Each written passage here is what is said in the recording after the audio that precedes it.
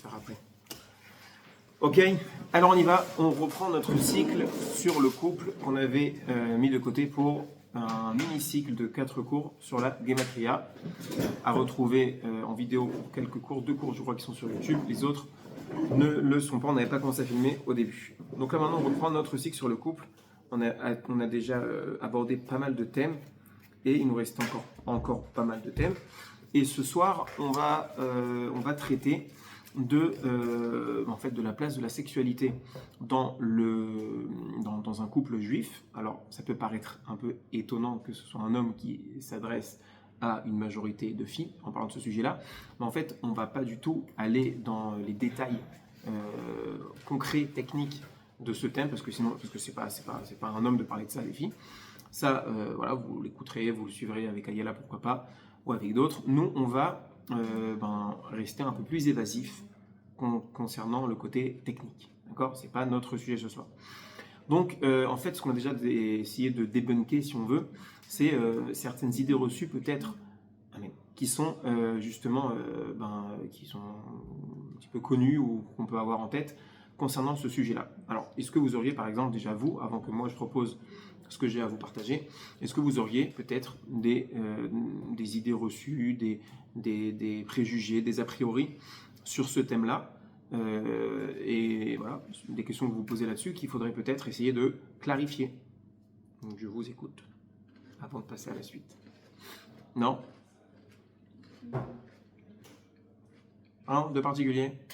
Tout est beau, tout est rose ? Ouais ? On va faire un ping-pong ? Ok. Moi, je veux bien dire quelque chose. Allez, vas-y. On dit que c'est la chose la plus sainte qu'on puisse faire dans ce monde, de connaître son mari. Donc je voudrais savoir en fait qu'est-ce que ça signifie. Très bien, c'est ce qu'on va développer, c'est le thème. Ok, alors on y va. Alors d'abord, on va commencer évidemment avec une phrase d'introduction qui est quand même importante, c'est que évidemment, dans la Torah, on ne méprise pas la sexualité. C'est pas un sujet qui est tabou, c'est pas un sujet qui est tel que je l'ai lu chez les chrétiens. Il y avait cette façon de dire qui était que en fait, l'idéal, c'est le célibat. D'accord ? Celui qui recherche la sainteté, alors il va choisir le célibat. Et celui qui n'en est pas capable, alors il va devoir se marier, et c'est un moindre mal, on va dire. D'accord ? Mais l'idéal serait de rester célibataire pour être totalement détaché de toute action purement matérielle, encore, et on va dire un peu bestial tel qu'il exprime, et donc il faudrait rester célibataire pour cela. Évidemment que nous, d'après la Torah, c'est évidemment pas le cas, mais c'est évidemment tout l'inverse. D'accord ? On a déjà parlé de ça dans les cours sur les 113 mitzvot, que la première mitzvah de la Torah, qui est évidemment essentielle et centrale, c'est la mitzvah de la procréation. Évidemment, donc Pérurvu, on ne peut pas y arriver sans s'être marié. D'accord ? Donc on va se marier, il y a la procréation, avoir des enfants, donc tout le contexte des relations conjugales, évidemment qu'il est sanctifié par la Torah. Ok ? Maintenant, le but de cette action-là ne va pas être uniquement d'apaiser, de permettre de développer, de prendre un certain plaisir physique. D'accord ? On va voir qu'il n'est pas du tout problématique, il n'est pas contraire. On ne va pas essayer de l'éviter. D'accord ? Mais évidemment que ce n'est pas ça. Ce qu'on essaye, ce qu'on cherche à développer par le lien conjugal, c'est un lien spirituel. Alors évidemment, on va développer tout cela.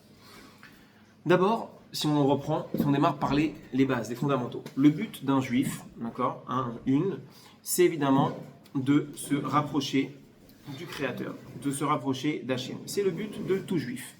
On a déjà parlé du Kiddush Hachem, et de façon générale, c'est de se rapprocher de lui. Toutes les actions que l'on fait, on a tellement de mitzvot, c'est de se rapprocher de lui. Pourquoi ? Parce qu'en fait, à la base, Dieu, il est le seul être existant, d'accord ? Et il va faire appel à ce qu'on appelle dans le Sod, ce qu'on appelle le Sod HaTzimtzum, d'accord ? Donc dans la Torah un petit peu mystique, on appelle ça le Sod HaTzimtzum. Ça consiste en quoi ? Ça consiste à se retirer pour laisser la place à d'autres choses d'exister. D'accord ? C'est comme on a déjà donné cette image-là. Vous prenez une bouteille d'eau, d'accord ? Et elle est remplie jusqu'à ras-bord. Vous voulez y faire entrer quelque chose, il faut nécessairement faire sortir du liquide pour faire entrer autre chose. Et c'est de façon générale comme ça que ça fonctionne avec l'air. Dès qu'il y a un appel d'air, l'air rentre et autre chose sort. Il ne peut pas rester, il ne peut pas avoir de vide. Et en fait, le monde entier fonctionne de la même manière. À l'origine, tout est Dieu. D'accord? Et pour laisser autre chose exister, que ce soit le monde matériel, le monde physique, ou alors nous, les êtres humains, tout ce qui peut exister, en réalité, Dieu, il va se contracter, d'accord, pour laisser autre chose exister. Notre but dans la vie, c'est de nous rattacher à cela, parce qu'on ne ressent pas intimement, profondément, comme quoi c'est cette réalité-là qui est la vraie, comme quoi en réalité, on est une partie de Dieu, puisqu'on existe ici, donc on est une partie de lui, mais on ne le ressent pas, et le but va être de se rapprocher de lui. Comment de se rapprocher au maximum? Comment est-ce qu'on fait ça? Alors on sait tous, dans notre vie au quotidien, il y a plein d'actions qui nous permettent de ressentir cette proximité, de la développer, de la concrétiser. Évidemment, on va voir comme exemple basique la tfila, la prière. Évidemment qu'en priant, on crée un lien très très fort avec Hachem. Évidemment, il faut apprendre à prier. Hein. La prière, c'est pas une récitation. Mais quand on prie comme il faut, il y a un vrai lien qui se crée avec Hachem. Okay? C'est pas le seul. Comme deuxième exemple, on va dire assez connu, assez consistant, ça va être l'étude de la Torah. Okay? Quand on étudie la Torah, en fait, on rentre dans les profondeurs de la sagesse divine, puisque la Torah, c'est l'expression d'Hachem. Quelqu'un qui veut connaître Dieu, il se plonge dans la Torah. Et là, il comprend parce que c'est Dieu qui lui parle de façon des fois un peu codée, mais en tout cas, tout ce que Dieu veut dire, ça se trouve dans la Torah. Donc, quelqu'un qui veut se rapprocher, évidemment, ça passera également par la Torah.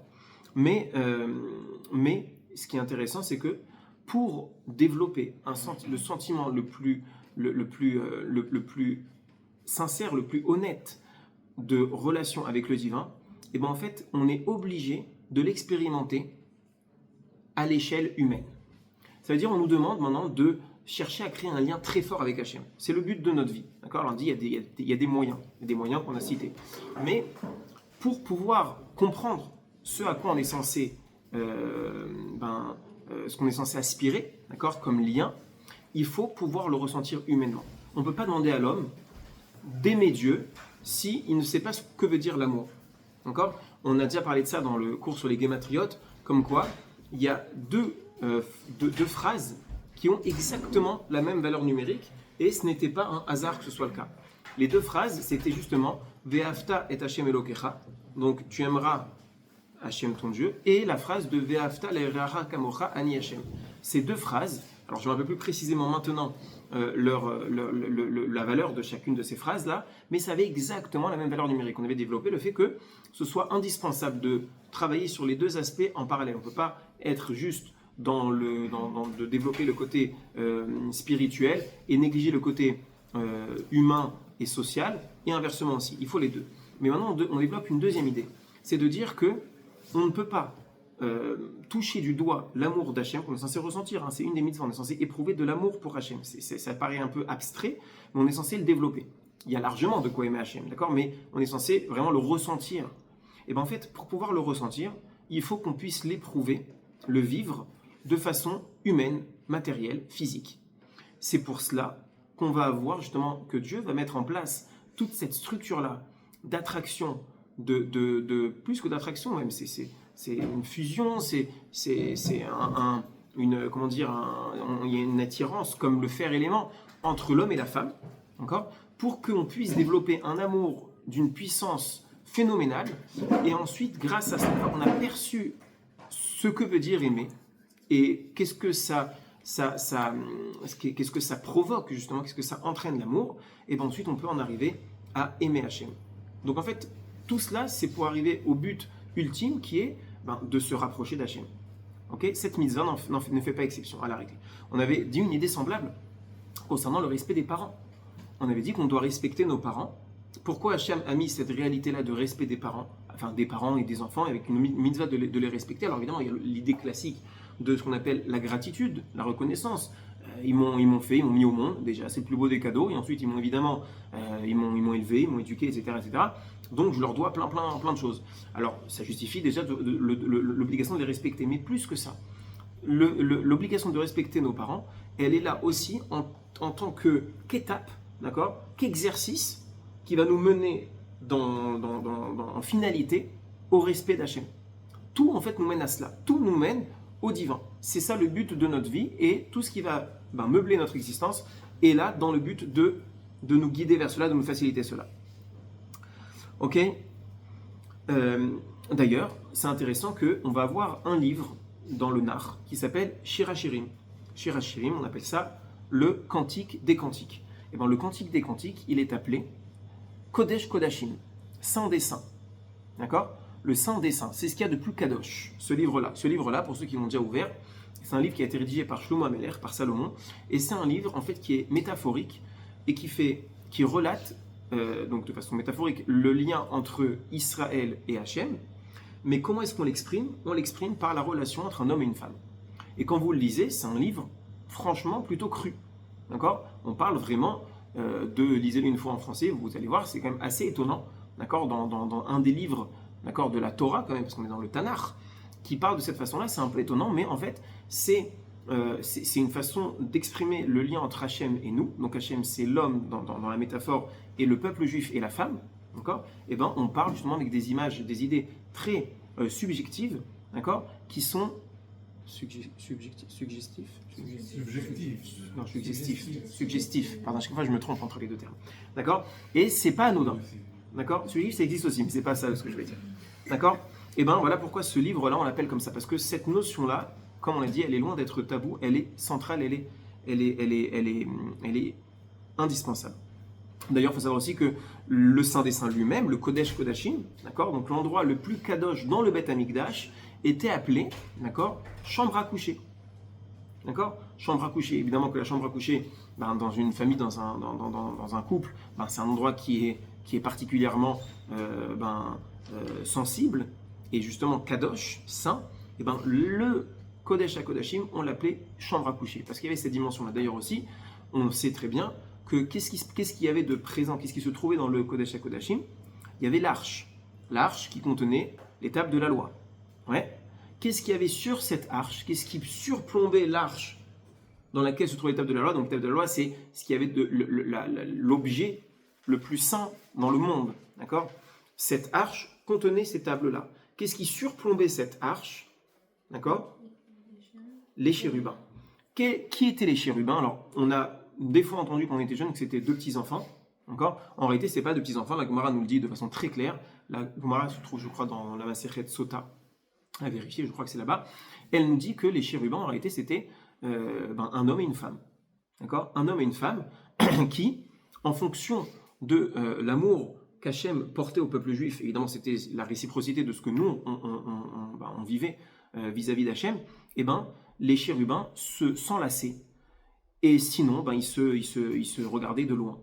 Il faut savoir qu'au moment de la profanation du temple par les Babyloniens, quand ils ont pénétré dans le Saint des Saints, ils ont vu justement les chérubins qui s'enlaçaient. Et dans les mots de la Gemara, c'est écrit plus que s'enlacer.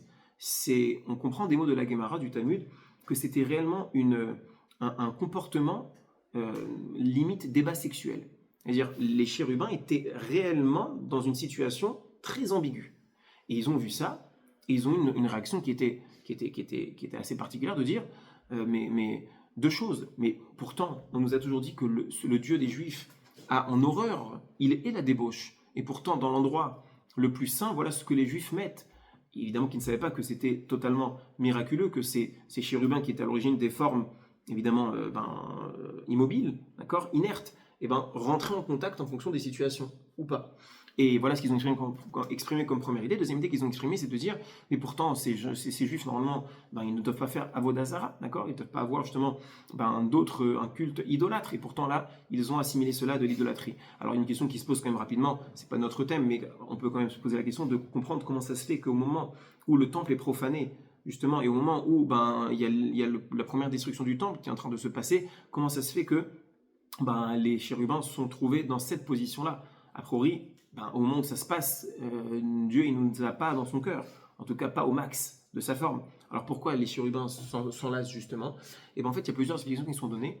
L'une d'elles, c'est de dire que, d'abord, voilà, la base, c'est de dire qu'il n'y a pas de situation où Dieu ne nous aime pas. Dieu nous aime toujours, même quand il nous laisse comprendre l'inverse, le contraire, puisqu'en l'occurrence, voilà, le temple est en train d'être détruit. Malgré tout, l'amour de Dieu ne vacille pas, il est toujours présent. D'accord? Et même dans des moments de difficulté, ça ne veut pas dire que Dieu ne nous aime pas, c'est juste que pour un certain calcul il est nécessaire qu'on passe par là, mais ça ne témoigne pas d'un manque d'amour de Dieu envers nous. Première réponse qui est assez basique. Deuxième réponse, c'est de dire qu'en fait, c'est comme un couple qui est amené à se séparer pour une longue période. Avant la séparation, on se prend dans les bras, on s'enlace, et on essaye de se donner autant d'amour que possible avant la séparation. Et d'ailleurs, il faut savoir que d'après la halacha, d'accord, la loi juive, quand un mari part en voyage, alors on parlait du mari parce qu'à l'époque c'est le mari qui partait tout le temps en voyage pour le boulot, etc. Mais potentiellement ce serait peut-être aussi valable dans le sens inverse, si c'est la femme qui part en voyage, bien que dans la halakha ce ne soit pas stipulé comme ça. En tout cas, dans la halakha c'est écrit que quand le mari part en voyage, part en déplacement, il a une obligation légale de satisfaire sa femme, d'accord, de manière conjugale, d'accord, avant de partir, la veille du voyage. C'est une obligation. Au même titre qu'il y a une mitzvah, une obligation pour un couple de se retrouver le soir du mikvé, au retour du mikvé de la femme. Également, la coutume, et c'est presque une obligation de le faire le vendredi soir, d'accord. On a aussi cette obligation de la part du mari de satisfaire sa femme la veille de son départ en voyage. D'accord. Pourquoi ? Parce qu'il va y avoir justement un moment de rupture, d'accord, de rupture même que physique, parce qu'on va pouvoir rester en contact à distance, mais cette rupture-là, elle est dure à porter pour la femme, et donc il faut lui recharger les batteries avant de partir. Et en fait, c'est aussi là ce qui s'est passé justement, d'après une des réponses au moment de la destruction du temple. Dieu nous signifie, voilà, on va devoir se séparer maintenant parce que le temple va être détruit pour une certaine durée. Et avant de partir, on se fait un gros câlin. Voilà pourquoi ça s'est passé de cette façon-là. D'accord ? Très bien. Donc, comme on l'a dit, la manière ultime de développer, de créer un lien entre nous et Hachem, ça s'exprime, ça se passe, ça se fait, ça se développe par la relation conjugale. C'est incroyable quand même dit comme ça parce que, évidemment, dans la société dans laquelle on vit, on a quand même l'impression que ce thème-là, c'est le thème le plus bas qui soit. Alors que nous, on entend dire que c'est exactement l'inverse. C'est la manière ultime de se rattacher à Dieu. Alors, on va développer évidemment comment que ça fonctionne. Ok ? On avance. On avance. Très bien. D'abord, il faut savoir que cette réalité-là, que cette façon, cette union-là, l'union entre un homme et une femme, c'est quelque chose d'extrêmement puissant. C'est présent dans le subconscient de l'homme de tout temps. Si aujourd'hui on voit, et pas qu'aujourd'hui, parce que ça n'a jamais changé, d'accord, la réalité de dire que tout le domaine sexuel il est mis en avant et qu'on parle que de ça et que tout tourne autour de ça, c'est pas nouveau, d'accord. Aujourd'hui c'est juste qu'on le remarque plus parce qu'il y a la communication, il y a les réseaux, il y a les supports qui sont beaucoup plus étendus. À l'époque c'était pas autant, mais en termes de réalité dans le monde, ça n'a jamais changé. C'est toujours été, d'ailleurs certains disent aussi que le premier meurtre de l'histoire, d'accord, entre Caïn et Abel, était justement causé par une jalousie de Caïn envers Abel par rapport à une sœur, etc., par un problème justement de relation homme-femme. Donc le premier meurtre de l'histoire, c'est suite à cela. On va avoir Noir juste derrière, on passe pas loin de ça non plus. On va avoir ensuite évidemment les filles de Lot avec leur père, tout Sodome et Gomorrhe, c'est que ça. D'accord. On arrive ensuite dans toute la Torah avec les Égyptiens. D'accord. Il y avait une liberté de mœurs qui était affolante. Quand on dépasse après avec Midian, qu'on va avoir Bilam qui va essayer de maudire les bénis Israël, il ne va pas réussir. Il dira, par contre j'ai une idée, leur Dieu justement a la débauche en horreur, alors fais le nécessaire et tu vas les gagner. Donc en réalité, le fait qu'il y ait cette attraction, d'accord, et le fait que ce thème-là soit tout le temps au centre de l'attention de l'humanité entière, ça ne date pas d'hier, c'est en tout temps le cas. Et en fait, on ne le sait pas, mais en réalité, même si c'est exprimé, même si c'est vécu de manière très, très légère et très négative, mais en réalité, au fond du fond, ça provient de quelque chose d'extrêmement positif, de quelque chose de très vrai, de très spirituel. Sauf qu'on n'en a pas conscience, ni nous, ni évidemment ceux qui sont extérieurs et qui ne pratiquent rien n'en ont évidemment pas conscience. C'est un peu aussi une idée, on en a peut-être déjà parlé ensemble, c'est concernant le besoin de plaire d'une femme, d'accord ? Alors, je ne vous apprends rien, mesdemoiselles, qu'une femme, elle a un besoin impérieux de plaire, et on ne peut pas nous jeter la pierre de dire, mais pourquoi tu vis sur le regard de l'autre ? Apprends à t'apprécier pour toi-même, ce n'est pas possible, parce que c'est le code génétique de la femme qui est le suivant. Ça fonctionne comme ça. D'accord? Une femme a besoin de plaire, c'est ça qui lui procure son estime de soi. C'est une réalité. Et bien en fait, ce qu'il faut comprendre, c'est que même pour dans des situations où on a affaire à des femmes vraiment très légères, on peut avoir l'impression qu'en réalité, c'est pas du tout un besoin de plaire, c'est juste un besoin, c'est juste autre chose, c'est vraiment de la décadence. D'accord? Et bien en réalité, au plus profond, c'est un besoin de plaire. Sauf que c'est très mal cadré, très mal géré, et donc du coup, ça dépasse et ça casse toutes les proportions raisonnables. Mais en réalité, au fond du fond, c'est ça. Et bien pour justement l'attraction masculine, féminine, à la base de tout, c'est cette dimension spirituelle qui est profondément, ancrée dans nos gènes, même si on ne le vit pas de cette façon-là. D'accord? D'ailleurs, c'est intéressant parce que on parle souvent, quand on parle de tout ce domaine-là, on parle des pulsions bestiales. On a l'impression que voilà, quelqu'un qui ne se contient pas, qui ne se retient pas, qui ne s'inscrit pas dans un cadre, d'accord? Eh ben, il laisse parler, il laisse exprimer ses pulsions bestiales. En réalité, si on s'arrête 2 secondes sur juste l'expression, en fait, c'est un bon sens. Parce que évidemment que les humains qui ne mettent pas le moindre frein et le moindre cadre à tout ce domaine-là sont bien inférieurs à l'animal. D'accord? Les animaux, ce qu'ils font, ils le font de façon inconsciente, d'accord? Et ça reste quand même de façon générale beaucoup plus propre, d'accord? Que ce à quoi les humains peuvent malheureusement arriver, dans quoi ils peuvent tomber. Donc nous on parle justement de pulsion bestiale, de niveau bestial, mais en réalité c'est même pas vrai parce que le niveau bestial c'est le niveau de base qu'Hachem a inculqué dans l'humanité et qui est indispensable pour que le monde fonctionne et qu'il y ait une reproduction active, etc. Et l'homme, quand il se contrôle pas, l'homme, la femme, d'accord, on arrive bien plus loin que cela. D'accord? Très bien. Oui. Dans Bereshit, les conséquences qu'Hachem donne à Adam et Ève, il dit à Chava Belisher teshukater. Tu seras dépendant de ton mari. Oui. Et après, Rashi, il dit que ça veut dire qu'elle désirera toujours son mari. Oui. Et c'est ça, ce besoin de plaire? Alors oui, c'est intéressant ce que tu dis, parfaitement, c'est intéressant. Dans un premier temps, ça va pas s'exprimer vers le mari puisqu'elle n'est pas encore mariée. Mais finalement, effectivement, la réalité, au moins dans un couple sain, d'accord, c'est que quand un homme arrête de satisfaire sa femme, d'accord, et de lui apporter, de lui donner tout ce dont elle a besoin en tant qu'estime, d'accord, et de considération, la femme va être profondément meurtrie.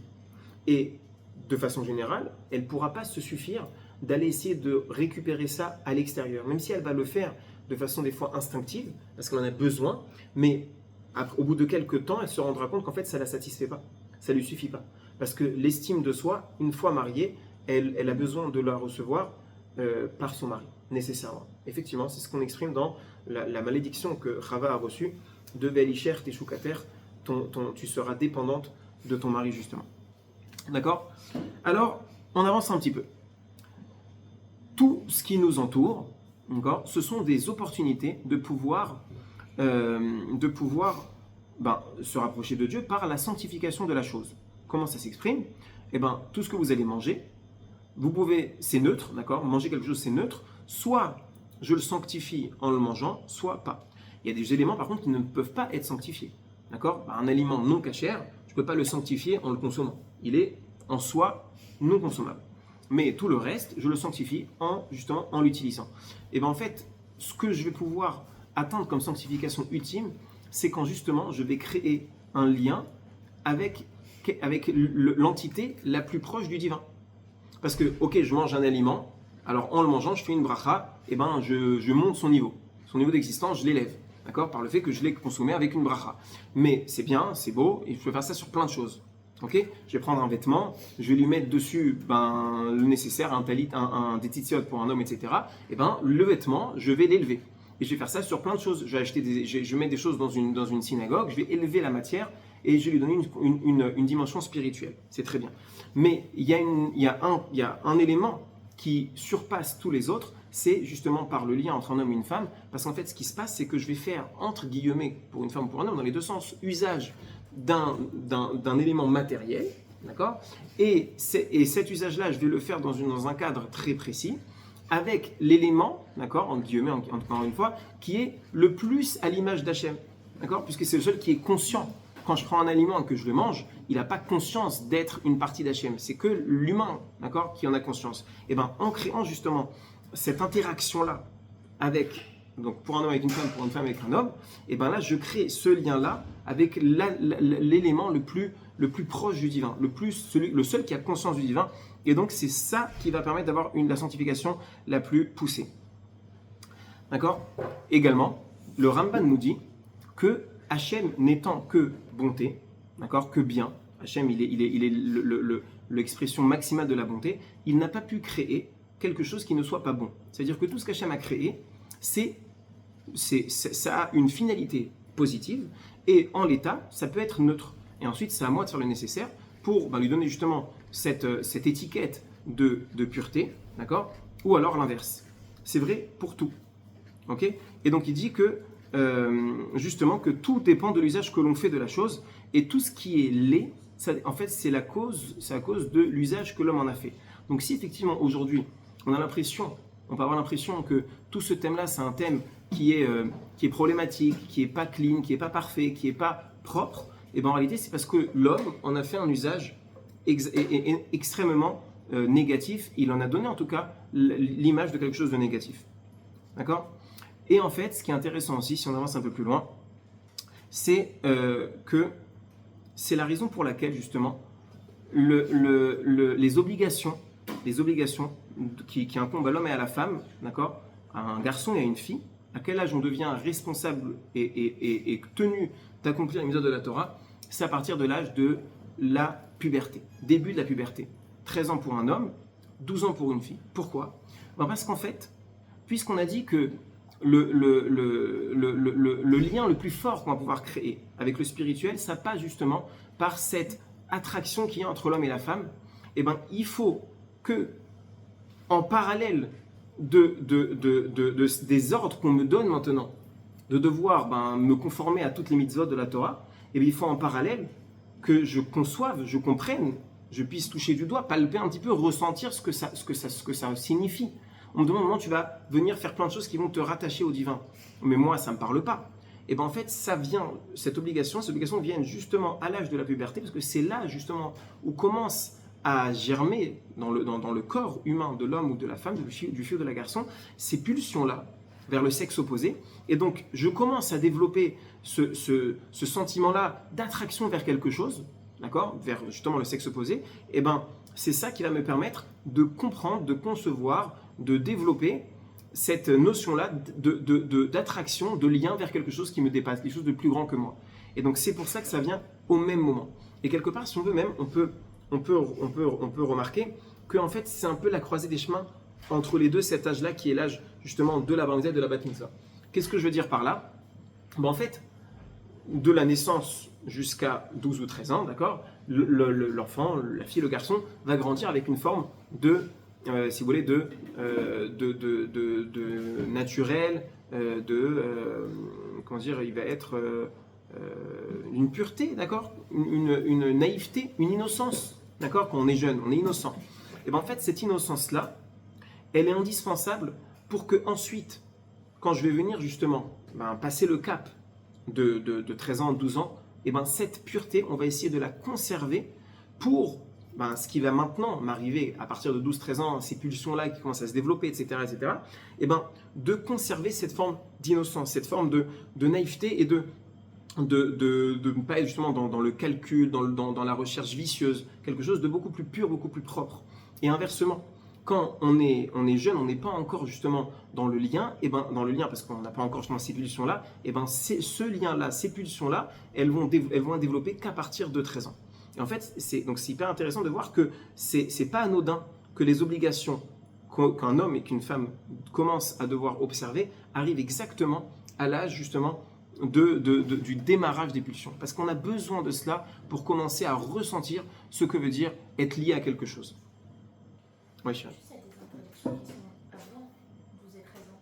Par exemple, à partir de 9 ans, un garçon ne doit pas écouter déjà les filles chanter. Non. C'est pas, Non. il y avait pas ce... Non, peut-être ce serait une obligation sur le papa.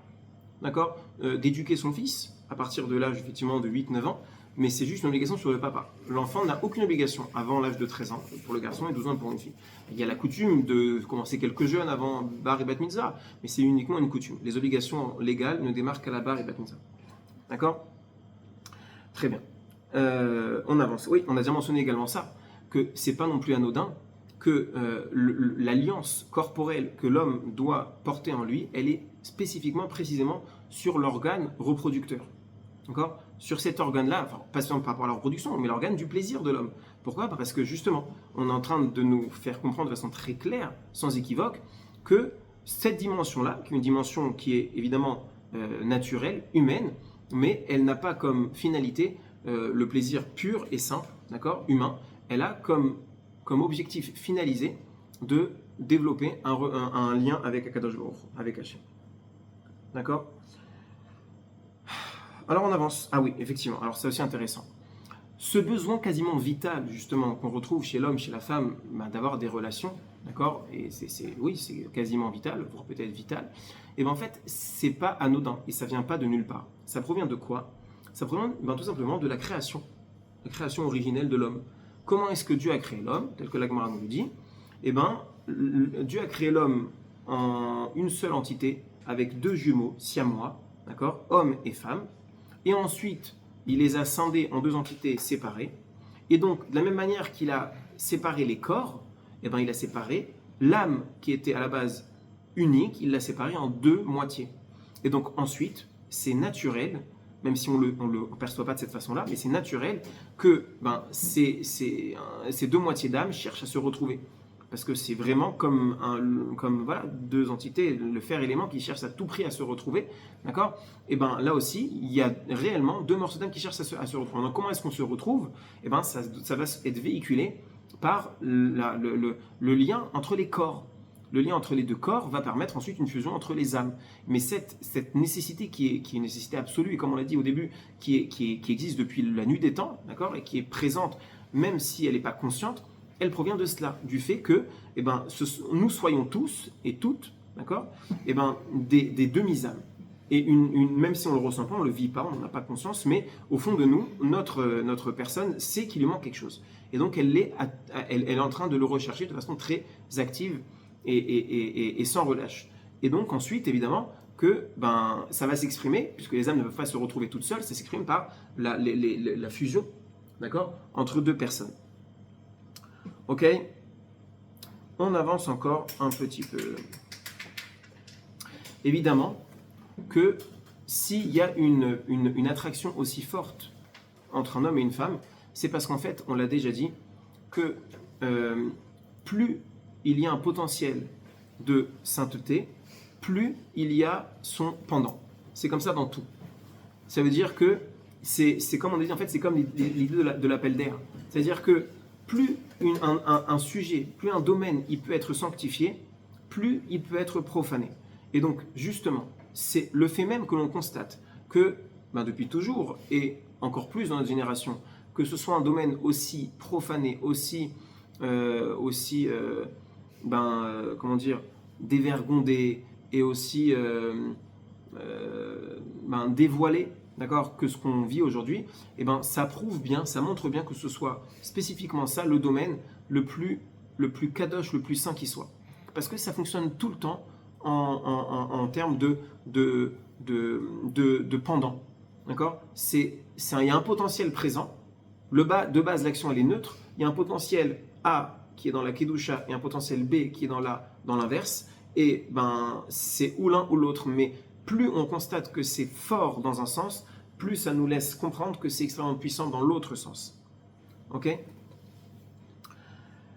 Évidemment que, de la même manière, s'il y a un potentiel de Kedusha énorme et qu'on ne l'exploite pas, c'est le meilleur moyen de dégrader justement notre personne, puisque notre personne, elle est accompagnée d'un potentiel d'élévation énorme par cela, et si je n'en fais pas usage, et que j'en fais usage de façon négative, problématique, c'est exactement l'inverse qui se passe. C'est qu'il y a une dégradation qui se passe qui est de façon proportionnelle, égale justement à ce que j'aurais pu atteindre comme élévation si j'en avais fait usage de façon positive. D'accord? Alors on avance un petit peu. D'abord, comment est-ce que ça va? On va démarrer justement, on a parlé justement du fait, on a développé dans cette première partie, le fait que ce domaine-là soit un domaine profondément spirituel et le plus élevé qui soit. Maintenant, comment est-ce que je cadre tout ce domaine-là, justement, pour lui donner cet aspect, d'accord, cette connotation positive. Alors, on a déjà dit que le nom d'un homme et une femme, c'est Ish et Isha, d'accord. On a dit que dans le mot Ish et dans le mot Isha, il y a deux lettres qui sont identiques, les lettres Aleph et Shin, qui créent le mot Esh, le feu, et on a deux autres lettres, d'accord. Dans l'homme, il y a la lettre Yud, et dans la femme, il y a la lettre He. En prenant ces deux lettres-là, on crée le nom d'Hachem, le Yud et le He.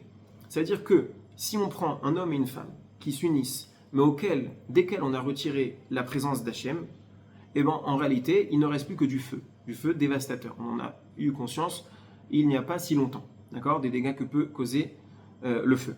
Et ben en fait, il faut justement qu'il y ait un cadre qui est évidemment mis en place par la Torah et ensuite par les sages qui vont compléter.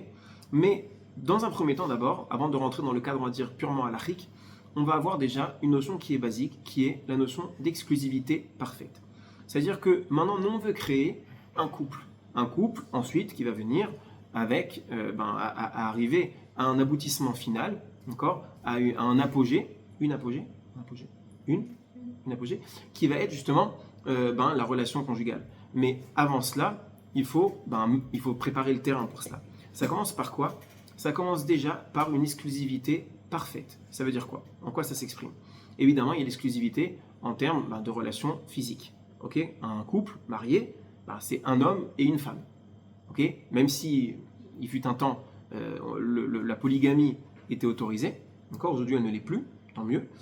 D'ailleurs, il faut savoir que même si elle a été autorisée, elle n'a jamais été conseillée, elle n'a jamais été recommandée, même si on a des exemples dans la Torah, d'accord, nos patriarches qui étaient mariés avec plusieurs femmes, mais ça n'a jamais été la norme recommandée. Preuve en est que quand Dieu a créé l'homme, il a créé un homme et une femme. D'accord? Donc la volonté divine ultime, c'est un homme et une femme. Ok? Et donc Léora, on avait déjà discuté de ça longuement, je crois, ensemble, non? De ce thème-là de dans un sens et pas dans l'autre. Ça me dit quelque chose qu'on ait parlé ensemble, longuement, un mois de Shabbat. Ok? Et bien en fait, d'abord, donc ça passe par l'exclusivité. Évidemment que ça concerne, comme on l'a dit, la totalité de la relation, pas uniquement le côté physique. Ça veut dire quoi? Ça veut dire émotionnel, sentimental, intellectuel. Eh ben, il faut, pour que la relation finale, d'accord, on a dit l'apogée, donc physique, puisse se faire et qu'elle soit bénéfique et qu'elle soit dans le cadre de ce que la Torah attend de nous, il faut d'abord qu'elle soit bien amenée. Ça passe par quoi? Tous ces points qu'on vient de ramener. Ça veut dire quoi? L'exclusivité émotionnelle, ça veut dire un homme ne peut pas se permettre de ressentir de sentiments pour une autre femme que la sienne. Inversement pour une femme. D'accord? Des sentiments amicaux, on n'en parle pas évidemment, mais des sentiments affectifs. D'accord? On va devoir, au même titre qu'on l'a déjà dit pour le respect des parents, on a dit qu'il y a une mitzvah dans ce qui concerne le respect des parents, de tout un chacun, nous tous, d'accord, chercher, trouver chez notre papa, notre maman, un point unique sur lequel il ou elle est extraordinaire et supérieur à tout le monde. Alors, on n'a pas tous des parents qui sont des lumières ou je ne sais quoi, mais on a une obligation pour justement réussir à les respecter à la hauteur de ce qu'on doit faire. On a une obligation de chercher, de se casser la tête pour trouver, voir un point sur lequel, là ils sont exceptionnels, il n'y a personne qui les dépasse. On doit développer ça pour réussir à les respecter du mieux possible. D'accord? Et en fait, c'est pareil aussi dans le sens d'un homme avec son épouse.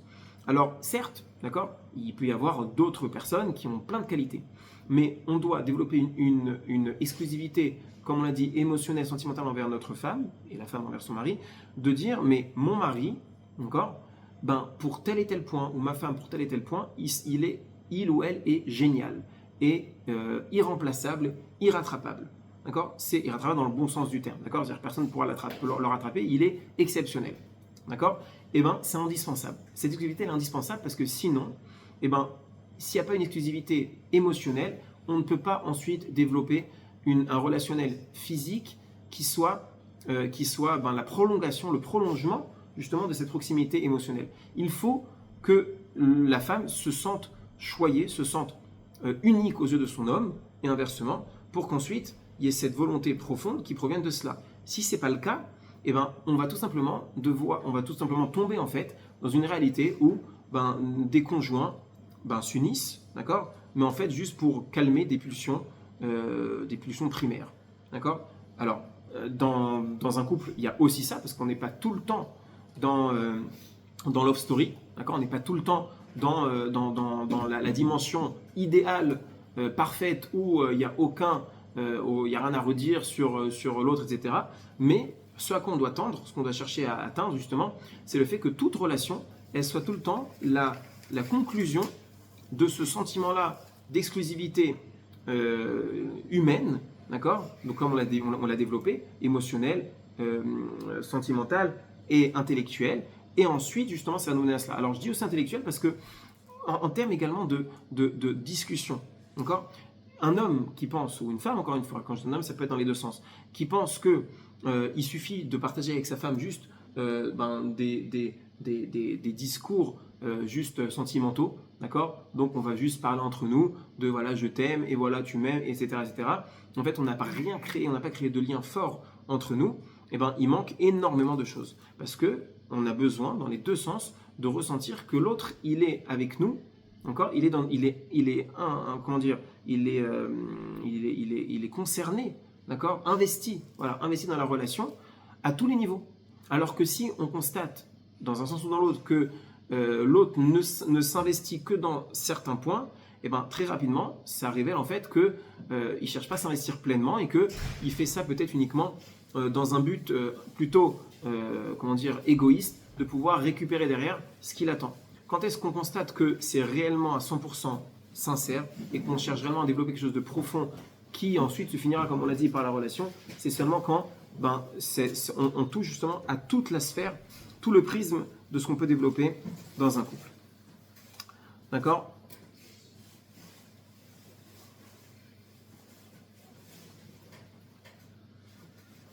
Ok, donc comme on l'a dit, même si le top du top de ce qu'on va pouvoir développer, ça va s'exprimer par la relation physique, d'accord, finale, ok, c'est le top, on ne pourra pas atteindre plus haut, mais évidemment que c'est un travail de longue haleine. On a déjà parlé de ça également, que le cycle de la femme, d'accord, est fait de telle sorte justement à ce qu'il y ait un renouveau régulier, mensuel, pour justement permettre de garder des périodes où, ne pouvant pas faire appel au côté physique, on soit forcé, malgré nous, bien qu'on n'a peut-être pas tout le temps la tête à cela, on soit forcé malgré nous à développer, à travailler sur les autres aspects. D'accord ? Si, et c'est le cas d'ailleurs, c'est la réalité, dans les couples, malheureusement, qui ne respectent pas les lois de Taharat HaMishpacha, de la pureté familiale, ce qui se passe, c'est que y a une lassitude qui s'installe pour plusieurs raisons. L'une d'elles, c'est justement parce que on n'a pas appris à communiquer autrement.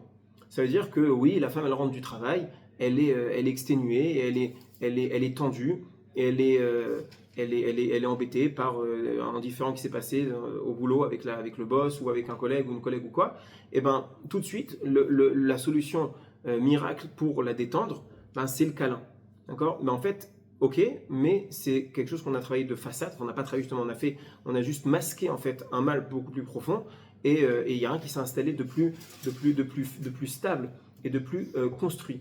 Et donc en fait, ce cycle-là, il est indispensable pour ne pas tout le temps faire appel que au côté physique et développer tout le reste, et c'est que comme ça qu'on va atteindre justement une perfection en termes de relations et de contact physique humain au final. D'ailleurs aussi c'est intéressant, comment est-ce que la Torah s'exprime quand elle parle justement de la relation conjugale. La Torah en parle en l'occurrence en fait même le Etz Hadaat en fait. Si on remonte déjà à la première faute d'Adam Arishon, on appelle ça le Etz Hadaat. Et quand on parle de Adam, on dit Adam Yadar et Travaishto. Adam a connu, d'accord, sa femme. Quand on veut parler de relation conjugale, on emploie le terme de yedia, de connaissance, connaître. Et en fait, l'idée, elle est très claire, d'accord? C'est que on ne peut espérer et on ne doit chercher à développer, à concrétiser une relation conjugale que suite à la connaissance que l'on développe l'un de l'autre. C'est ça qui doit tout le temps, toujours précéder la recherche, d'accord, de contact physique, d'accord, d'intimité physique. Ouais.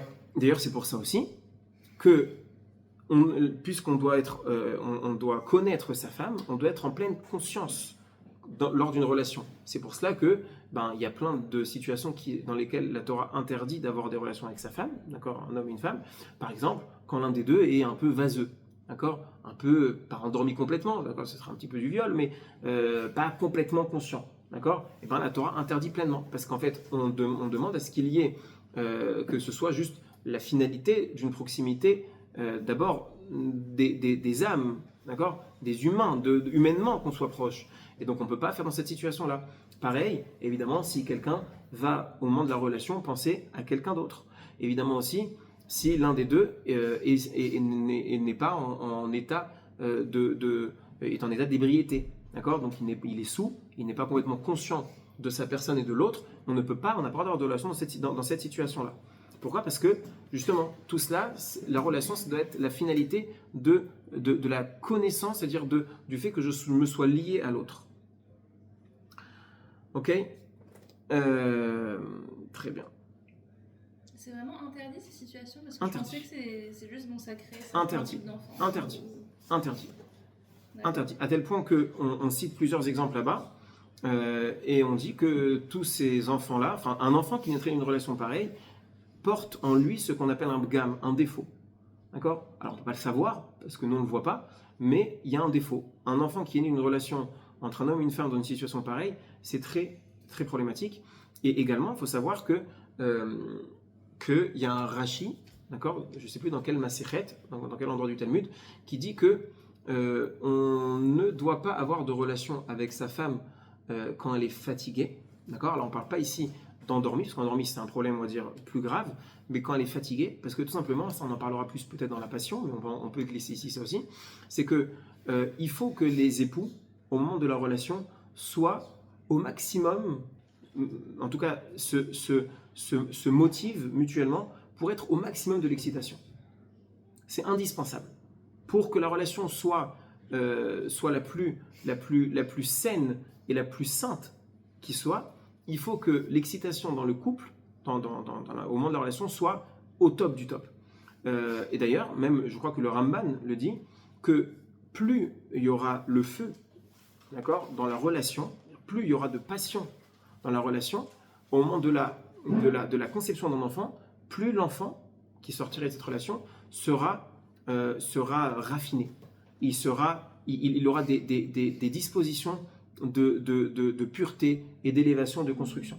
Ça va dépendre de cela. Donc, on rejoint ce point-là de dire que la relation dans une situation où l'homme ou la femme ne sont pas pleinement éveillés, pleinement conscients, c'est problématique. Et à part le fait problématique que ce soit un problème parce qu'on n'est pas réellement liés et connectés l'un à l'autre, en l'occurrence par exemple quelqu'un qui est sous, à part ça, il y a aussi la dimension du plaisir qui doit être extrêmement présent au moment de la relation et dans ces situations évidemment qu'il n'est pas présent.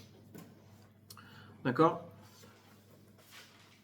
Alors on avance sur un autre point qui est indispensable, de savoir pour comprendre ce que la Torah attend de nous, quel est le cadre souhaité par la Torah. Il faut savoir que d'après la Torah, contrairement à ce qui était l'idée qui était véhiculée jusqu'à il n'y a pas si longtemps que ça, justement, on va peut-être commencer par cette idée-là. Il y a encore pas longtemps, peut-être quelques décennies, on considérait que l'homme avait des droits, d'accord, des droits justement sexuels, et la femme avait le devoir de les combler. C'était ce qui était dans l'état d'esprit de toutes les sociétés, dans la majorité des sociétés du monde, il y a encore pas si longtemps que cela. Évidemment, c'est l'inverse de ce que la Torah attend justement dans un couple. Parce que dans un couple, c'est tout l'inverse, comme on l'a dit, c'est dans la Torah, il y a les obligations que l'homme a envers sa femme. D'accord? L'obligation de satisfaire sa femme, c'est une obligation qui incombe à l'homme. Et la femme n'a pas du tout cela en termes de demande thoraïque. Alors les sages vont rajouter le fait qu'une femme ne puisse pas utiliser ce sujet-là en termes de moyens de pression. Elle n'a pas le droit. D'accord? Donc voilà, puisque tu m'as pas donné, tu m'as pas acheté le cadeau que je voulais, puisque tu m'as pas donné tant, puisque tu m'as pas fait ça, alors tu peux toujours courir, la boutique est fermée. Ouais? Et bien une femme n'a pas le droit de faire usage de cela en tant que moyen de pression. Mais d'un point de vue thoraïque, d'accord, le seul qui a une obligation envers sa femme, c'est l'homme. Contrairement à ce qui était compris de façon générale. Enfin, ce qui était malheureusement dans la tête des gens. Ok? Et donc, à la suite de cela, ça entraîne une conséquence qui est simple, c'est que, vu que les obligations, elles incombent à l'homme de satisfaire sa femme, en fait, il doit calmer ses pulsions, retenir ses pulsions, pour respecter son obligation, ses obligations. Ça veut dire que de façon très, très simple, quand on arrive dans une relation, d'accord, une fois marié évidemment, chacun des deux va avoir des pulsions, va avoir des envies. En fait, si on se réfère au cadre mis par la Torah, l'homme doit faire le nécessaire pour calmer ses pulsions, calmer son entrain, parce qu'il est là au service de la femme. D'ailleurs, c'est intéressant de soulever également que les relations conjugales font exception à la règle. À quel niveau? Au niveau des bénédictions. Pourquoi? Parce qu'on sait que tout ce dont on profite dans le monde nécessite une bénédiction. Je mange, bracha. Je bois, bracha. Je sens une bonne odeur, bracha. Je vois un beau paysage, il y a des brachot qui sont institués. Quelqu'un qui voit des belles choses, en l'occurrence, on parle de la mer, etc. Ou alors quelqu'un qui voit une belle personne, d'accord? D'après la halakha, un homme qui voit une belle femme, ouais, une très belle femme, il fait une bracha. Parce que c'est une belle créature divine. Est-ce que c'est aussi dans l'autre sens? Je ne me rappelle plus. En tout cas, il y a des brachot sur tout, sur ce qu'on sent, sur ce qu'on va vêtir, un nouveau vêtement, on va faire une bracha dessus. Sur tous les aspects de la vie, il y a des bénédictions qui sont instituées. Parce que tous les profits que tu as dans le monde, d'accord, tu dois louer Dieu, remercier Dieu pour ce dont il t'a fait bénéficier. Et pourtant, celui-ci, ce thème-là, d'accord, qui est quand même, évidemment, supérieur à tout le reste, il n'y a pas de bracha. Pourquoi il n'y a pas de bracha, justement? Pourquoi l'homme ne va pas faire de bénédiction, justement, quand il profite de cela? Pour une raison simple. C'est qu'en fait, comme on vient de le dire, l'obligation, dans le relationnel entre l'homme et la femme, l'homme, lui, est dans une situation d'obligation. Il n'est pas là pour prendre son plaisir. Il est là pour satisfaire sa conjointe. Et dans la mesure où il n'est pas là pour profiter, même si, évidemment, qu'en parallèle, il va y avoir ce profit-là, mais il est là pour donner. Il est là pour combler, d'accord, les besoins de l'autre. Et évidemment que dans cet ordre d'idées, il n'y a pas de bracha qui est institué. Puisque je ne suis pas là pour profiter, je suis là pour donner à l'autre. D'accord? Ok. Oui. Pourquoi les prostituées dans la Torah, c'est des femmes? C'est les deux.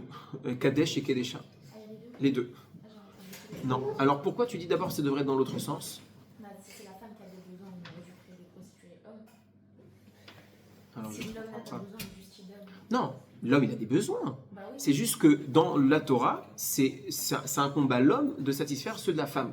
Maintenant, évidemment que l'homme, en satisfaisant ceux de sa femme, lui-même, il va calmer ses pulsions. Il va aussi les combler. Mais juste que, qui doit se soucier de qui? C'est l'homme qui se soucie de la femme. D'accord? Mais il se trouve quand même que pour cette notion-là, elle existe dans les deux sens, malgré tout. D'accord? Ok? Oui, mais quel lien entre Kedesha et Kedusha? Très bien, c'est ce qu'on a dit tout à l'heure. Exactement. Comment est-ce qu'on appelle une prostituée dans la Torah? Alors, nous, on connaît le terme de zona, mais dans la Torah, c'est pas zona qui est écrit. C'est Kedesha. Kedesha. Et bien en fait, Kedesha, on peut expliquer ça de deux façons. Kedesha, ça veut dire elle est Mekudeshet Liznout. Ça veut dire quoi? Ça veut dire qu'elle se dédie intégralement à la débauche. D'accord? Donc en fait, normalement, quand on dit Mekudeshet, c'est qu'elle est réservée. En fait, elle s'est réservée à la débauche. Ça, c'est un premier terme. Un peu première façon d'expliquer. Mais deuxième façon d'expliquer, c'est comme on l'a dit, ça rejoint ce qu'on a dit précédemment. C'est que c'est précisément dans ce domaine-là que se trouve en potentiel la Gdusha la plus élevée. Et en fait, elle va aller dans le sens inverse. Mais c'est là que se trouve ce que je peux attendre de plus haut, de plus fort. Ok. Encore un autre point qui s'inscrit dans ce cadre que la Torah a mis en place dans la relation homme-femme. On a dit que la Torah, quand elle veut parler de la relation, elle parle de la yédia, de connaître. Mais dans les obligations telles que c'est stipulé dans la Torah d'un homme envers sa femme, on parle de onata loigra, sa ona. On ne devra pas manquer la ona que l'on doit à notre femme. Donc un homme a 3 obligations envers sa femme quand il se marie. Il doit la satisfaire au niveau conjugal, il doit la nourrir et il doit la vêtir. Comment on parle justement des relations, on en parle de la façon, on parle de ona. C'est quoi ona? Ça veut dire un temps, ça veut dire un moment. Qu'est-ce que ça exprime? Qu'est-ce que la Torah veut nous dire par cela? Pourquoi on emploie ce terme-là de temps quand on parle de l'obligation qu'un homme a envers sa femme? En fait, ça rejoint encore un peu ce qu'on a dit avant, mais on va le développer encore un petit peu. C'est qu'un homme, il doit accorder du temps à sa femme. Du temps, pourquoi? Du temps pour tout ce qu'on a dit précédemment, pour créer un vrai lien sentimental et humain avant d'arriver au lien physique. Mais plus que ça, la halakha nous dit la chose suivante. C'est que, imaginons qu'avant le mariage, un homme et une femme se rencontrent, jeune fille, jeune homme se rencontrent, et le jeune homme en question prévoyait, d'accord, il était déjà dans un certain cursus professionnel, il était je sais pas moi, banquier, et il avait des horaires, 9h, 18h, il rentre tous les soirs à la maison. Maintenant, quelques années après le mariage, il compte changer de métier, et maintenant, il va devoir revoir ses horaires, il sera moins présent à la maison. Et en fait, la Torah nous dit, la halakha nous dit, qu'un homme ne peut pas se permettre de faire ce changement-là sans l'avis, sans l'accord explicite de sa femme. Pourquoi?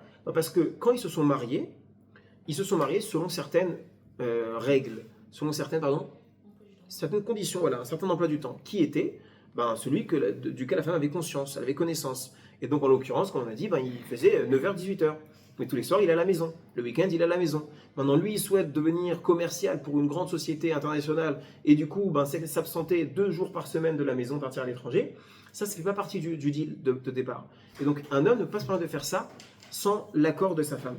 Pourquoi? Parce que, justement, la Torah, elle parle de ona, de temps. Ça veut dire que je suis obligé par la Torah d'accorder du temps à ma femme. Pourquoi? Parce qu'en fait, chaque femme, elle a besoin d'un temps défini, qui est propre à chacune, d'accord, pour créer justement ce lien émotionnel qui ensuite va lui permettre d'être à l'aise pour aller ensuite au bout de la relation conjugale. Et si un homme veut changer les règles du jeu en cours de partie, ça ne marche pas. Parce que du coup, s'il a moins de temps à accorder à sa femme, elle ne pourra pas développer le lien qu'elle a besoin de développer avec lui de la bonne façon pour ensuite pouvoir aborder la relation dans le couple de façon idéale. Donc ensuite, elle va venir, et ils auront créé du lien que pendant 3 jours au lieu de 5, et ensuite, quand il va revenir et qu'ils vont se retrouver, en fait, elle ne sera pas dedans. Elle ne sera pas au niveau de ce qu'elle a besoin. Certaines femmes ont besoin de plus de temps de partage pour ensuite vivre la relation conjugale de façon épanouie. Voilà pourquoi la Torah, elle s'exprime de cette façon-là quand elle parle de la misa des relations, quand elle parle de la misa de Ona. D'accord? Très bien, on avance encore un peu.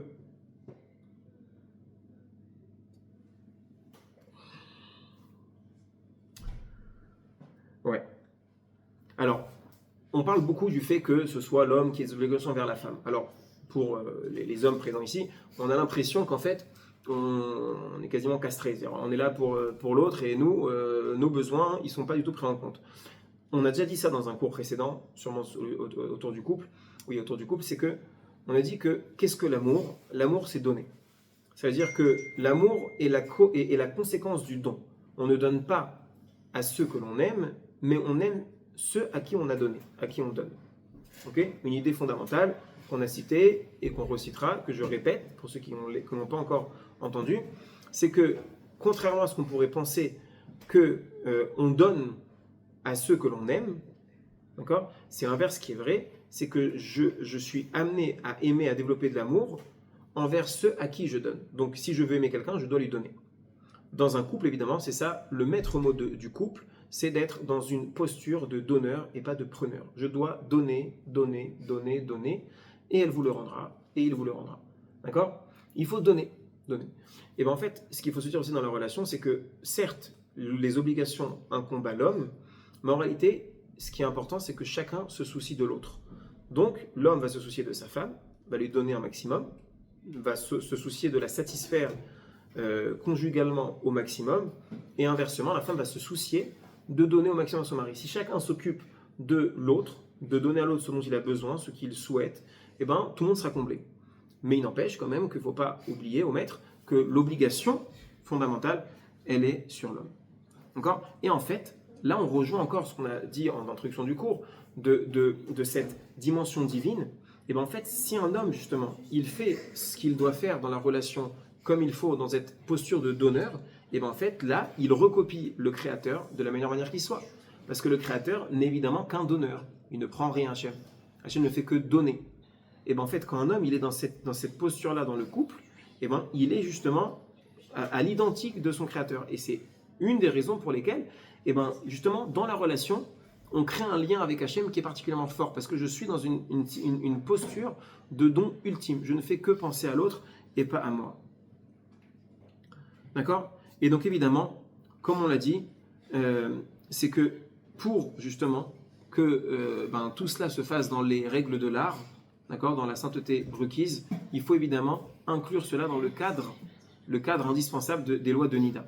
Comme on l'a dit, les lois de Nida, elles permettent plein de choses, d'accord ? On va parler dans un prochain cours, parce que là, il est déjà un peu tard, on parlera de la passion, on parlera combien les lois de Nida ont justement leur place indispensable dans cette passion-là.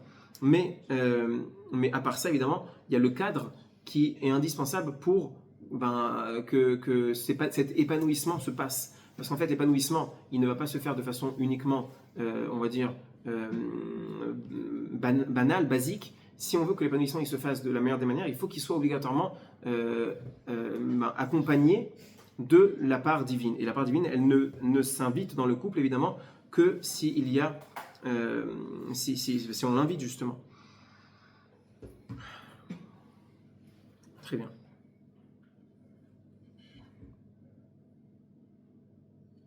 Ouais. Alors aussi, on va finir là-dessus, je pense que c'est important d'en parler quand même, qu'il faut parler de façon très claire du fait que la société dans laquelle on vit aujourd'hui, malheureusement, elle est extrêmement néfaste pour notre approche, d'accord, que l'on va avoir dans notre couple sur ce thème-là. Évidemment, sans parler de la pornographie qui est dramatique, parce que ça donne des idées reçues, une imagination qui est complètement fausse, d'accord ? Parce qu'on s'imagine, un homme ou une femme, on s'imagine que des relations de couple, d'accord, stables, doivent ressembler à cela. Et sans aller spécifiquement dans la pornographie, mais même dans les supports malheureusement aujourd'hui classiques, parce que y a l'écart entre une œuvre cinématographique, audiovisuelle classique et de la pornographie, l'écart est en train de se resserrer. Il n'y a plus beaucoup d'écart parce que malheureusement, c'est de plus en plus mis sur la place publique sans la moindre gêne. D'accord ? Et en fait, malheureusement, il faut avoir conscience de cela. Il faut savoir déjà, dans un premier temps, dans l'idéal, de garder nos distances avec tous ces supports-là. D'accord ? Encore une fois, sans aller vraiment dans le sale, mais même dans des contenus qui sont a priori moins suggestifs, malgré tout. C'est très, très problématique parce qu'en fait, quand un couple se marie, et ça, on en a fait les frais malheureusement avec tous les couples qu'on a pu marier et qu'on a pu ensuite suivre, ou alors d'autres qu'on n'a pas seulement marié, mais qu'on a pu suivre par la suite, de graves problèmes justement dans les relations conjugales, parce qu'en fait, le jeune marié, il débarque, et dès les premières semaines, les premiers jours, les premières fois, il se gêne pas certaines fois, ou alors il s'attend à mettre en pratique des choses qui sont réservées, on va dire, à des couples avertis, d'accord, à des couples expérimentés, des couples plus matures, et lui, il s'attend à ce que ce soit la norme, parce que c'est ce qu'il voit. Et pareil chez une femme. Une femme, elle va certaines fois, en fait, un peu fantasmer sur le mâle très viril, d'accord, que l'on présente, et là, pas spécifiquement dans des contenus très problématiques, mais même dans la publicité de façon générale, ou alors dans tout ce qui tourne, toutes les séries, les films, etc., on nous montre et on nous laisse croire que c'est cela à quoi est censée ressembler une relation conjugale. En réalité, c'est faux parce que eux, ce ne sont que des acteurs. Eux, ils n'ont aucune recherche de construction dans leur couple. C'est pas ça du tout. C'est juste du profit à l'état pur, du plaisir à l'état pur. Il n'y a rien qui dépasse là. Et c'est en général, très souvent, même tout le temps, uniquement axé sur chacun pour soi. D'accord ? Chacun va tirer son épingle du jeu, mais c'est pas axé vers l'autre. Alors que nous, tel qu'on a développé jusqu'à maintenant, évidemment que c'est tout l'inverse. On est axé vers l'autre et on est axé vers une dimension spirituelle. On a expliqué que tout cela, ça a pour but de venir ressentir combien on peut être lié à quelqu'un, combien on peut se perdre dans l'autre, combien on peut se livrer à l'autre. D'accord ? Parce que dans une relation conjugale, c'est ça. On se livre à l'autre, on fait tomber tous les masques et l'autre nous voit de façon tout à fait naturelle et sans aucun jeu, aucun semblant. Et ben, tout cela, ça nous permet de pouvoir ensuite faire le saut de commencer à développer une relation avec Hachem qui soit dans cette idée-là de relation fusionnelle, de ressentir qu'en fait, je fais partie intégrante de Dieu. Alors, je ne peux pas le vivre de la même manière, mais c'est ça qui est censé m'amener. Évidemment que dans tout ce qu'on va voir autour de nous, ça n'a rien à voir, mais pas le moindre lien avec tout cela. Et donc, c'est très, très, très néfaste que de s'abreuver, encore, de se nourrir, ou alors de baigner dans cela, parce qu'en fait, on débarque ensuite dans notre couple avec des idées qui sont totalement tordues, encore, et totalement négatives, et ensuite, c'est très, très, très difficile de venir faire marche arrière. Je ne dis pas que c'est impossible, mais c'est très difficile. On a déjà entendu des histoires de jeunes filles qui étaient complètement outrées que dans les quelques jours après le mariage, peut-être même, je ne me rappelle pas, est-ce que ce n'était pas le soir même du mariage, d'accord, et je parle dans des cadres religieux, d'accord, orthodoxes, où voilà, ils ne se sont pas connus avant le mariage, la fille est vierge, etc. Et le mari, le khatan, je ne sais pas si c'est le soir même ou alors quelques jours après, il est déjà dans des demandes extrêmement ciblées, précises, et dans la volonté de mettre en place certains fantasmes qui n'ont pas du tout leur place dans un premier temps, parce qu'une relation conjugale, ça se développe, d'accord ? On ne démarre pas dans les tours, d'accord ? Dès le début du mariage. Au début, on commence avec une relation qui va être beaucoup plus, je ne vais pas dire platonique, mais beaucoup plus standard, et ensuite, pourquoi pas, évidemment, qui va se passer ensuite des découvertes au fur et à mesure du temps. Mais malheureusement, c'est un vrai problème duquel il faut avoir conscience, et au moins d'en avoir conscience intellectuellement, de savoir que on n'est pas censé chercher à développer dans notre relation de couple, encore, ce qu'on voit autour. Et c'est très très très néfaste. Il faut savoir que c'est très très très néfaste parce que malheureusement, c'est vrai pour ça et c'est vrai de façon générale. Malheureusement, quand on consomme beaucoup de ces contenus-là, encore une fois, maintenant je mets de côté le côté pornographique, hein, vraiment on s'arrête aux films et séries standards. Et quand on consomme beaucoup cela, on a l'impression que si on n'est pas, notre couple ne s'inscrit pas dans ce modèle-là, c'est qu'on est en échec. C'est qu'il manque quelque chose parce qu'il n'y a pas la flamme, il n'y a pas le côté, l'éclat que l'on voit dans ces supports-là, et donc on a l'impression qu'il y a un vrai décalage et qu'on est dans le faux, qu'on vit quelque chose qui n'est pas au niveau de ce qu'on devrait avoir, et donc on se pose des questions, on s'interroge, mais peut-être que c'est pas comme ci, peut-être que c'est pas comme ça. C'est très problématique parce que le couple, il doit apprendre à se découvrir par lui-même. On n'a pas besoin d'aller chercher de l'inspiration ailleurs. L'inspiration, elle vient naturellement dans le cadre du couple. Il faut laisser au couple justement le temps de se découvrir progressivement. J'ai une question. Oui. Par rapport à la contraception et la pilule. Oui. C'est-à-dire ? C'est quoi la pâte de base ? Alors, tout de suite, je te réponds. Juste, je vais finir quand même sur le dernier point de notre cours. Après, je te réponds.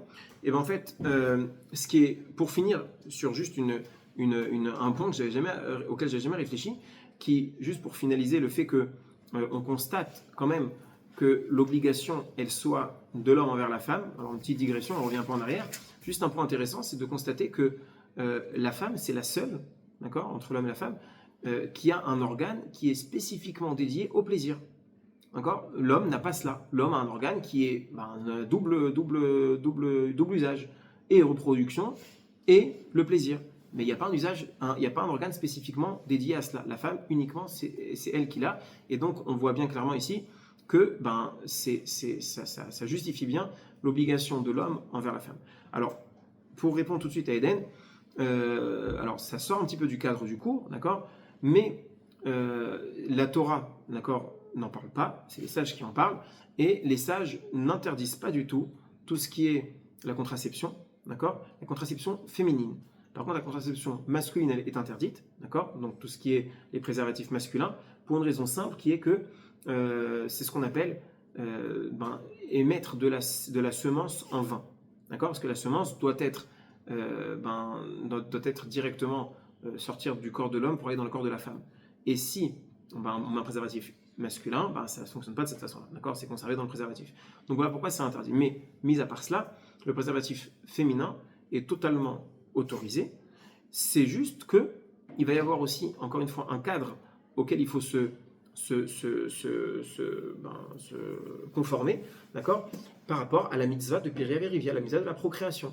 C'est-à-dire que je ne peux pas me permettre moi-même de mon propre chef de décider on prend la pilule indéfiniment parce que j'ai une obligation. Et on doit accomplir ces obligations-là. Maintenant, il faut savoir que dans plein de situations, on fait appel à une autorité rabbinique parce que c'est lui qui est détenteur justement de ces règles-là, mais une autorité rabbinique qui est évidemment humaine et qui est suffisamment équilibrée pour prendre en compte plein de facteurs, d'accord. Donc il y a des facteurs financiers qui vont être pris en compte, d'accord, des facteurs physiques évidemment, des facteurs évidemment de maladie, des facteurs des fois même de jeunesse. Parce qu'on va avoir des fois des jeunes couples qui se marient, ils ont 18, 19 ans, et on préfère les marier plutôt qu'ils fassent un peu n'importe quoi, de façon, on va dire, hors mariage. On va les marier. Le problème, c'est qu'ils sont jeunes. Et on n'a pas envie de finir avec un enfant ou deux sur les bras et un divorce. Donc, dans des situations précises, c'est le rabbin qui donne son aval, et on va leur recommander, pas seulement leur permettre, mais leur recommander de prendre la pilule ou quoi, pour un certain temps, jusqu'à qu'il y ait la maturité nécessaire et qu'on soit certain que ça ne va pas donner de catastrophe derrière. Ok. Alors, on n'est pas rentré évidemment dans le côté très technique, très halakha concrète des relations, d'accord. Mais ce qu'on doit comprendre, c'est que il faut arrêter de percevoir ce thème-là comme étant un thème tabou, comme étant un thème sale, pas propre, et à la limite uniquement toléré par la Torah parce qu'il y a des besoins, pas du tout. Et en fait, si on comprend cela, on a une approche, une vision de tout ce qui nous entoure qui est complètement différente. On a compris que si ce thème-là, il est tellement central, et il l'est, d'accord, ça n'échappe à personne, que tout tourne autour de ça. D'accord. Si, encore une fois, dans tous les supports, on nous montre tout le temps ce côté-là très love, etc., c'est parce qu'il y a tout simplement des intérêts financiers derrière on a besoin d'enfermer l'homme dans une certaine dépendance et pour ensuite lui vendre plein de choses. Tout le système est fait autour de cela. Et il faut quand même comprendre que si tourne autour de cela, c'est pas pour rien, c'est pas anodin. Et en fait, c'est parce qu'il y a ici quelque chose de très profond, de très fort. Il faut réussir à comprendre cela, au moins dans un premier temps intellectuellement, et ensuite à le mettre en pratique dans nos vies de façon vraiment comprise et acquise, d'accord ? Comme quoi c'est un domaine qui est extrêmement important, extrêmement puissant, et qu'on ne doit pas le prendre à la légère dès aujourd'hui. Pourquoi on en parle aujourd'hui ? Normalement, c'est un thème qui va se développer plus pour des jeunes qui sont vraiment dans une optique, d'accord, de se marier prochainement, ou alors déjà des personnes déjà mariées. Mais pourquoi on en parle déjà dès maintenant ? Parce que c'est important dès maintenant, grandir en tout cas évoluer avec des idées saines sur la question. C'est un domaine qui est kadosh, qui est central, d'accord ? On ne peut pas se permettre de le négliger, de le dénigrer. Évidemment on a parlé tout à l'heure d'exclusivité, l'exclusivité dans le couple. Évidemment que quand on débarque au moment du mariage avec cette chasteté, d'accord, cette primauté que l'on donne à l'autre, l'exclusivité, elle est beaucoup plus présente, elle est beaucoup plus forte. Et même si ça n'a pas toujours été le cas, quand maintenant on comprend, on conçoit combien cette notion-là, ce sujet-là, il est porteur d'un potentiel de Kedusha, on a expliqué que plus ça peut être kadosh, plus ça peut être le contraire, ça peut être évidemment dévastateur. Donc, il n'est jamais trop tard pour bien faire, pour prendre si nécessaire, un nouveau départ, et comprendre que la porte d'entrée justement de la relation avec le divin, c'est cela. Si on essaye justement de faire plein de choses à côté, développer la tfila, etc., mais que on ne fait pas attention à ce domaine-là, malheureusement, vu que c'est celui-là qui est porteur de ce potentiel de la manière la plus explosive, et bien évidemment que c'est pas anodin et c'est pas pour rien qu'on n'arrive pas à décoller. D'accord? Donc on parlera ensuite la semaine prochaine de Hashem d'autres thèmes. Il y avait la passion, d'accord? Donc l'idée reçue c'était de comprendre, enfin on va essayer de développer, est-ce que la passion c'est un thème, d'accord? C'est un domaine, c'est une idée, une réalité qui doit nous accompagner tout au long de notre vie, d'accord? Et que si à un moment donné la passion disparaît, alors notre couple bat de l'aile et est en danger ou pas? Ou est-ce que la passion, c'est quelque chose qui est présent uniquement dans un premier temps, peut-être pour propulser l'amour dans le couple, propulser le couple, et ensuite la passion disparaît et laisse sa place à autre chose. Alors évidemment, on développera ça le cours prochain. Et il y aura encore d'autres thèmes. Il y avait le thème des disputes, d'accord? Est-ce que des disputes dans un couple, c'est signe d'un problème, d'accord? Et quelque part de remise en question globale de notre couple, d'accord? On va également parler de est-ce qu'il faut toujours tout partager dans un couple? Est-ce qu'il faut que dans un couple, les conjoints fassent preuve de transparence totale et parfaite, intégrale? On ne se cache rien, on se dit tout, ou pas? Ou est-ce qu'on peut garder un certain jardin secret? Garder une certaine zone de non-dit, qu'on ne dit pas à l'autre, qu'on cache à l'autre. Est-ce que ça marche? D'accord? On développera ça également. On parlera également de la place de chacun dans le couple. Est-ce que dans le couple, est-ce qu'on doit développer une égalité parfaite entre l'homme et la femme, encore à tous les niveaux, ou est-ce que non? L'homme doit donner une certaine place à sa femme et la femme une certaine place à l'homme. Si c'est le cas, quelle doit être ces différentes places? Je crois pas qu'on a parlé déjà de celui qui a le dernier mot. Encore dans un couple, quand il va y avoir des discussions, des différends, qui du mari ou de la femme devra avoir le dernier mot dans la discussion? Est-ce que c'est cadré? Est-ce que la Torah cadre cela ou pas? Évidemment, tout ce qu'on développe comme thème, c'est tout le temps dans le cadre de la Torah. D'accord? Et on finira peut-être sur un sujet de est-ce que, ce qu'on peut avoir l'impression, c'est que le mariage et l'engagement, finalement, tuent l'amour. Parce qu'on constate certaines fois, et souvent, que des couples peuvent vivre vraiment love story pendant des années, quand ils ne sont pas mariés, et dès qu'ils se marient, l'amour semble disparaître et le couple se clôture malheureusement de façon très rapide. Ok, on développera ces thèmes-là la semaine prochaine et les semaines suivantes. Et pour ne pas rater notre coutume habituelle, je vous salue. Messieurs, vous êtes filmés. Petit coucou à la caméra. Alors, je ne sais pas si on vous voit, vous me dites si on vous voit. Non, Eden? Bon, vous avez raté Eden Rémi et là-bas on a raté qui? Ah oui, Félix est là. Ok.